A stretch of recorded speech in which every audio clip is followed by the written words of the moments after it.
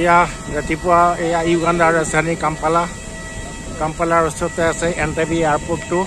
আমি ইউগাণ্ডা আহি পালোঁ বোম্বাইৰ পৰা আহিলোঁ ৰাতিপুৱা 8:30 বজাত আৰু ইয়াতে আমি 2:30 বজাত পালোহি। এয়া এণ্টেবি বিমানবন্দৰ আপোনালোকে দেখা পাইছে।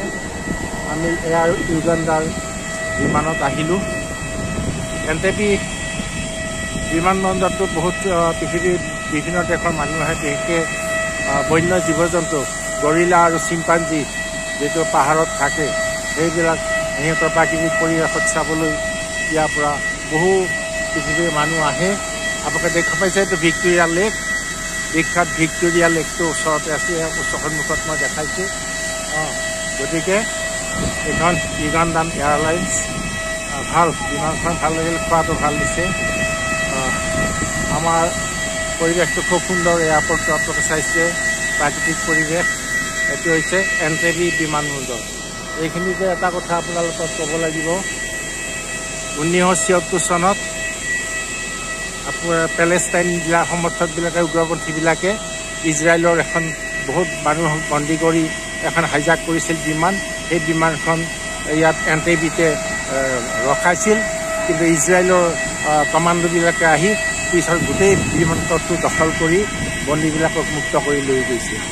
গতিকে এয়া আপোনালোকক স্বাগতম জনালোঁ আৰু দৃশ্যটো দেখুৱালোঁ। এণ্টেবি বিমানবন্দৰ, এইটো ইউগাণ্ডাৰ ৰাজধানী কাম্পালাৰ পৰা 50 কিলোমিটাৰ আঁতৰত আছে। এয়া কি সুন্দৰ পৰিৱেশ ইউগাণ্ডা।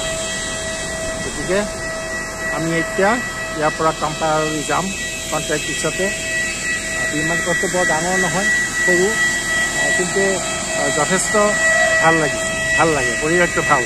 ইয়াৰ আগতে গৈছিলোঁ তানজানিয়া, দাৰ এছ ছালাম আৰু আৰুচা, সেইটোৰ নিচিনা ভাল লাগিছে, সৰু বিমানবন্দৰ, কিন্তু বহুত সুন্দৰ, পৰিৱেশটো খুব সুন্দৰ।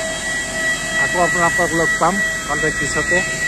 আমি গৰিলা আৰু চিম্পাঞ্জী সিহঁতৰ যিটো পাহাৰ বা অৰণ্যত থাকে সেইটো চাবলৈ আহিছোঁ। এয়া আমি ইউগাণ্ডাত ভৰি পালোঁ। ধন্যবাদ।